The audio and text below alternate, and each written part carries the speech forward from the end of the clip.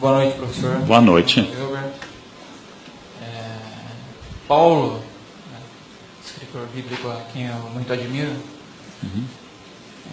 escreve um aforismo: aprendi a estar contente em toda e qualquer situação. Ele conjuga o verbo aprender, né? E esse aprender do contentamento, da felicidade, eu acho que é um contraposto muito importante à inveja. Sem dúvida. Porque Paulo tem uma vantagem sobre mim enorme. Ambos somos carecas. Paulo sabia tecer redes, eu não. Mas Paulo tem uma vantagem enorme. Paulo acredita num sentido metafísico de tudo. Atemporal, anterior a tudo, e que estabelece que cada coisa que acontece, seu naufrágio, sua ida para Malta, sua chegada a Roma, sua queda a caminho de Damasco, tudo tinha um plano obscuro por um certo caráter meio Parkinson de Deus, que escreve certo por linhas tortas. Tudo tinha sentido, tudo tinha destino e tudo tinha vetor. E vou lhe dizer, mais uma vez reconhecendo, mais um espaço de inveja. Eu já disse isso para todos que me conhecem. Eu invejo genuinamente quem tem essa crença. E gostaria muitíssimo de tê-la. De que se hoje eu perder minha perna, estava no plano de Deus e vai ser melhor para mim. Se amanhã eu virar um favelado, isso é o melhor para o meu progresso. Se amanhã eu me descobrir portador de uma doença mortal, um aprendizado para caminhar para o eterno. E que tudo posso naquele que me fortalece. Eu gostaria de dizer essas coisas um pouco de caminhoneiro e um pouco sábias. Eu gostaria de dizer ao meu Deus, não que eu tenho grandes problemas, mas ao meu problema que eu tenho um grande Deus. Essa é boa, essa é ótima. Adoro essa. Essa é de caminhão. Essa é de caminhão. Eu acredito que, e agora sem nenhuma ironia, o que é raríssimo. Eu acredito que quem é portador de uma fé genuína, que acredita mesmo nisso, tem algo que é extraordinariamente notável. E é um privilégio sobre todas as pessoas. Imaginem, por exemplo, alguém que de cepa católica acredite-se portador de um anjo da guarda. Um personal angel. Alguém que está com você todo o tempo lhe protegendo. Dia e noite. Em todos os momentos, e segundo a crença católica, ele acompanha o purgatório. Imaginem alguém que lê o texto Pegadas na Areia e acredita que nos momentos mais graves foi carregado no colo. Esta é uma bênção absoluta. Quem riu vai para o inferno, gente.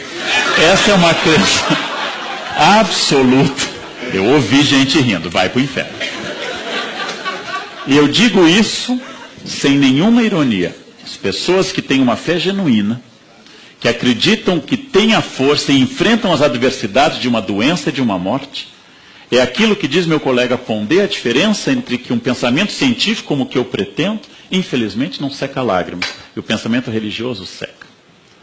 Se eu frequento um velório de uma pessoa que perdeu o filho, e eu vier com uma reflexão científica, eu só aumento a raiva. Seu filho era uma unidade de carbono, e as unidades de carbono tendem a se decompor na Terra com o tempo. Inclusive a senhora também apodrecerá em breve, porque é científico. Nós somos seres limitados e todas as funções vitais tendem a entrar em colapso com o tempo. O seu só foi antes do tempo, mas vai acontecer com todos aqui. Agora durma bem, senhora. É provável que esta ideia científica agrade pouco. Mas se eu disser, seu filho virou um anjo e foi chamado Deus porque Deus chama os bons primeiro. Seu filho está nos olhando. E eu sinto a sua presença aqui.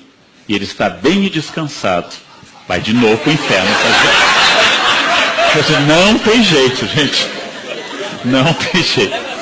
E seu filho vai estar nos esperando num lugar perfeito, onde não haverá dor, onde todos nos reencontraremos. Gente. Isto é poderosíssimo, sinceramente. Então Paulo tem aquela ideia de que tudo aconteceu. Ele caiu do cavalo porque alguém lhe disse, Saulo, Saulo, por que me persegue? E ficou cego. E ao bater a cabeça, ao cair do cavalo, ficou cego. E eu, que não tenho essa fé, acredito que ele teve um entumecimento fruto da hemorragia que atingiu o nervo óptico. E quando esse derrame provocou pressão sobre o nervo óptico, ele ficou cego. E quando... outro que vai para o inferno. E quando ele diminuiu essa hemorragia, ele recuperou a visão.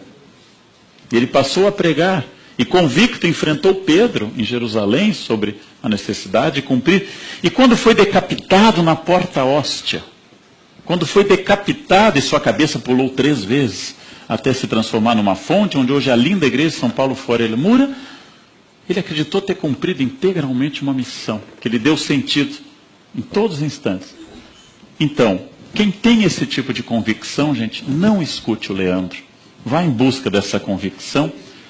Se tiver outra notícia, depois me traga essa notícia. E mande algo dizendo assim que estava certo. E de fato eu concordo com você.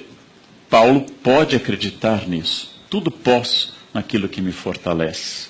Mas quem pode me enfrentar se eu tenho ao meu lado Deus? Que coisa pode ser ruim para quem tem Deus ao seu lado? Tudo tem sentido. Tudo tem sentido. O grande problema é que algumas pessoas, entre elas eu, não acreditamos nesse sentido. Este é um grande problema. É aquilo que o Evangelho vai chamar de birra, a luta contra o espírito, né? Pecado sem perdão, inclusive. Não. Em todo caso, como disseram a Voltaire quando estava prestes a morrer, Voltaire é mais um deísta do que um ateu, disseram a ele, seu confessor que nunca o havia confessado, disse: renuncia ao diabo, renuncia aos demônios. E disse: estou para morrer, não é hora de fazer inimigos. Não? Então, essa é uma ideia que talvez eu mantenha um tempo mais. Agora, se na hora H bater medo, não tem problema, né? Tudo posso naquele que me fortalece. Tudo bem. É demoníaco pensar isso. Então, outra questão, mantenha a sua fé. Mantenha a sua fé. Não ouça esse tipo de gente cínica como eu. Mantenha a sua fé. Força. Jesus loves you.